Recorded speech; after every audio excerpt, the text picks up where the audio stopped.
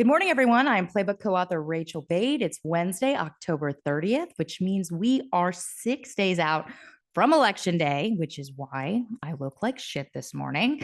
You look like a camper, not like shit. We do look like someone who wants to be camping. I wish I was camping. That's the difference between our turtleneck looks. Camping look and the glamping look. Well, very different. Looks aside, last night, Harris delivered the type of disciplined closing message that Republicans would have loved to hear from Donald Trump, frankly. It was, needless to say, quite the contrast from the divisive, racist, bigoted, and even sexist closing message that we heard at Madison Square Garden Sunday, which the Trump campaign, by the way, is still reeling from. But then Joe Biden opened his mouth, and let's just say, upstage Kamala in a not so great way. And joining me now to talk about the latest campaign buzz is my Playbook co-author, Eugene Daniels, who was on the scene for Harris's speech. Good morning, Eugene. Hello. I was there. I thought it was going to be cold, so I was like over prepared, and then I got hot and it was fine. It was good. So let's start with Harris's speech. Yeah. What did we hear last night? And tell us a little bit about the vibes on the ground. Yeah. So the vibes on the ground, it was an insane amount of people there. So 75,000 is the number that the campaign says. More than 75,000 people were there. And, when you're on the ground, it's kind of hard to tell. But from where the press was and where I kind of walked toward the back, and it was like people were all the way like near the Washington Monument, which is, for those of you that haven't been there, it's quite a lot of people. So 75K seems on track. At one point, they thought 20, and then they expanded their permit, and then it just ended up in this humongous like group of people. I mean, people were excited. I assumed that it was going to be mostly like DCers, people from Virginia, people from Maryland. Rachel, there were people that flew in from like Boston, people that drove in from Tennessee. One couple told me they drove it from Tennessee, which was a long drive, but they drove from Tennessee. So there was like a mix in the crowd of folks that are from around here, and people that really wanted to travel, because the Harris campaign has been very clear that this is their closing message. So people see this as like the last time to like really see her and hear from her in this big swing, as we're days and days away from this thing ending. What we heard from her was it sounded a little bit to me also like partly a speech someone would give jumping into the race, right? Like it sounded a little bit like a convention speech. She had a lot of bio in there, because she even kind of made reference to it that like some of y'all are still getting to know me, right? Because of how insane the campaign has been. So there's some bio stuff in there, who she is, talking about the kind of stuff that she did with her mother when her mother was sick. She talked about foreign policy, right? She talked about the kinds of bills that she would pass, or that would, if passed, she would sign. She talked about abortion, obviously.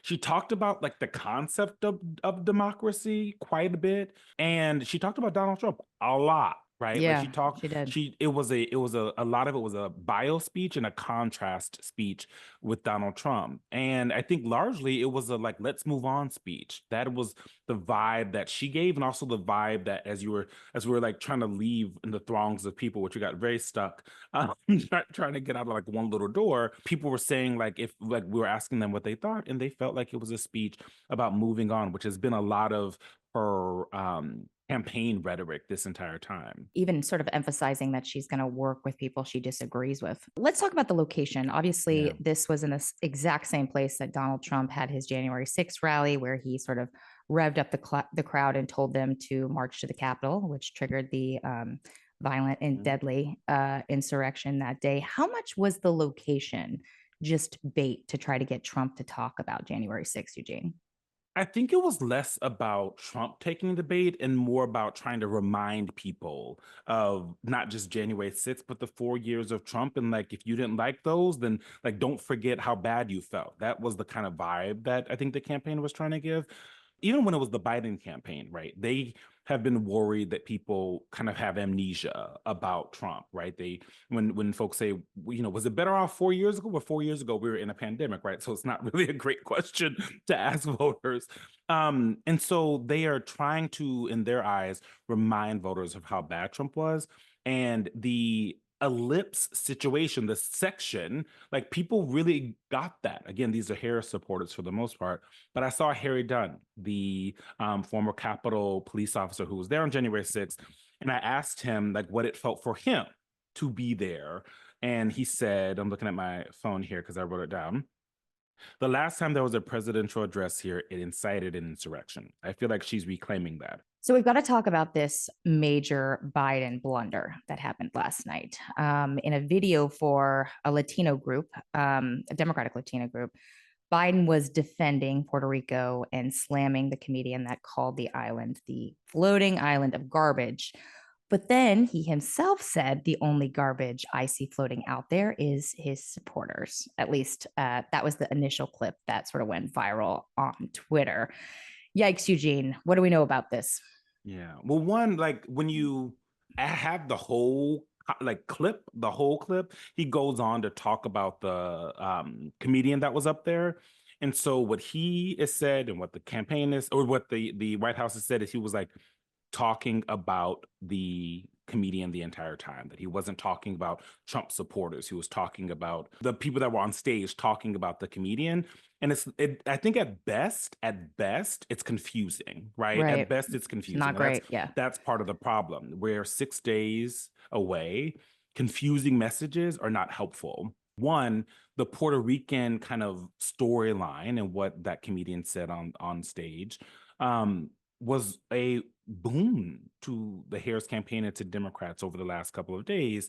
So the media, we can already tell what's going to happen. Like we've already seen the narrative shifting a little bit away from that, right? And now the conversation is a little bit more muddied. And it's also a reminder why, frankly, there are a lot of folks on the Harris campaign that don't want Biden out there. That's true. Like he is his language is sometimes garbled, right? He's not the most articulate, and that's kind of been his thing for a very long time. But when you're this close to the election, you haven't seen them out on the road that much, right? You have not seen them out on the road that much. You haven't seen him out on the road that much for her campaign. I'm told that that's probably going to change over the next few days.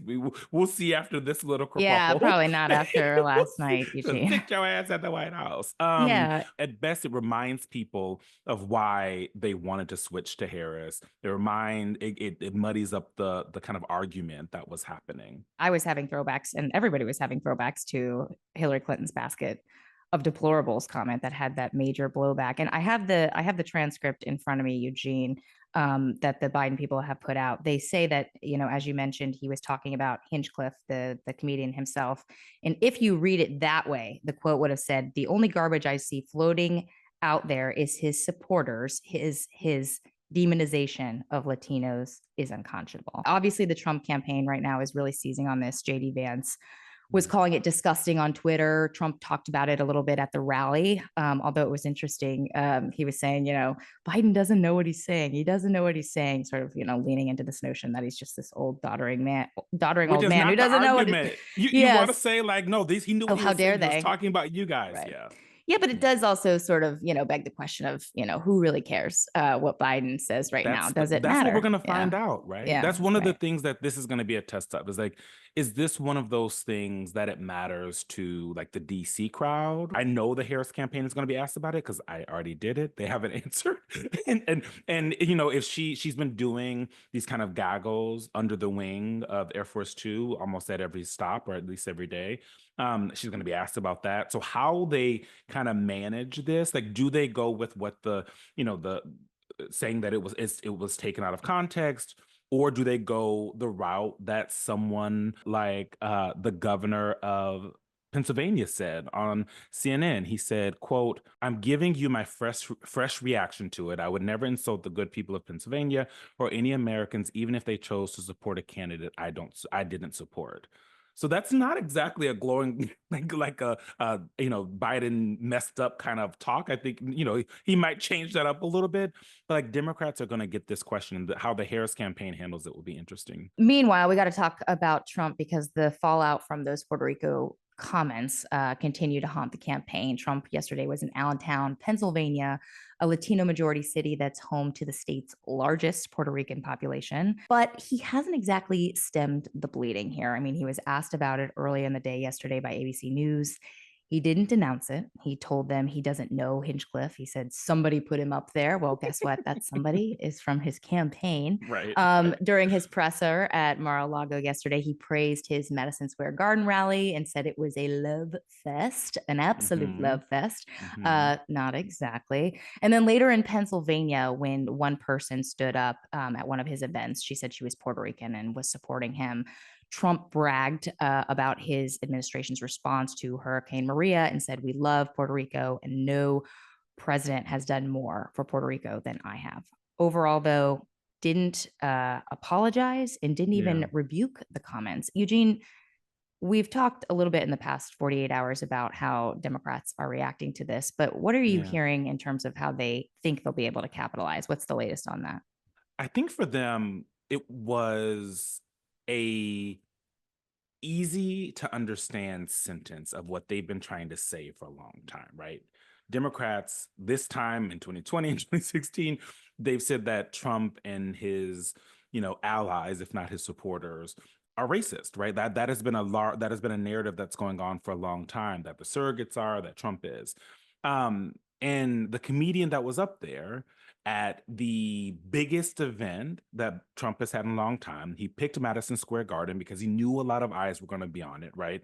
Because he's in a blue state 8 days before the election. For them, it is an example of what they've been saying the whole time, right? So it's not just like this one bad thing happened. Like if this was the first time someone said something like this, it'd probably be one thing, but it's not, right? And so one, they feel like it's a pattern. Two, Trump's campaign the night of was said that it doesn't represent Trump or the campaign's thinking. He could have just said that on Tuesday, right? An easy peasy, beautiful cover girl. And he chose not to, right? And so that he also has always had trouble denouncing people who like him, right?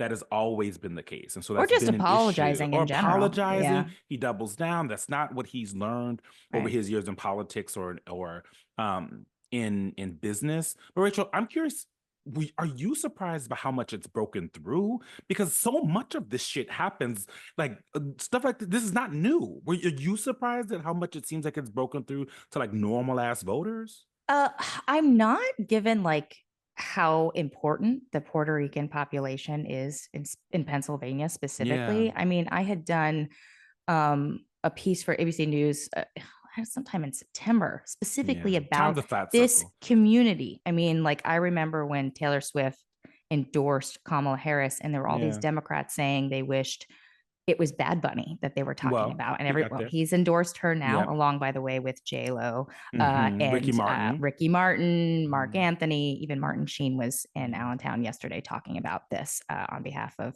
Harris. But yeah, this was always going to be important. So of course, I'm not surprised at all that Democrats are sort of leaning in on this. And I do think it's why there's this sort of debate going on in Republican circles about how hard Trump should sort of lean into an apology here. I mean, I will say earlier this week, I talked to a very senior Republican official who said he's got to put distance between himself and this Tony Hinchcliffe guy. I mean, he does not know this man. Like, why are you? It's like it just seems like such an easy. It's not the hill to die on, right? It's not the hill to die on. Not 6 days before the election.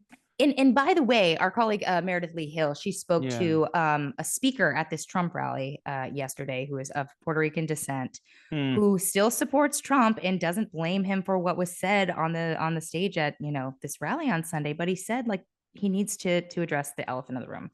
Trump has not done this. I do think, though, the fact that Biden went out there and unfortunately for Democrats, basically, mucked it up, totally crapped all over Trump supporters and half the nation.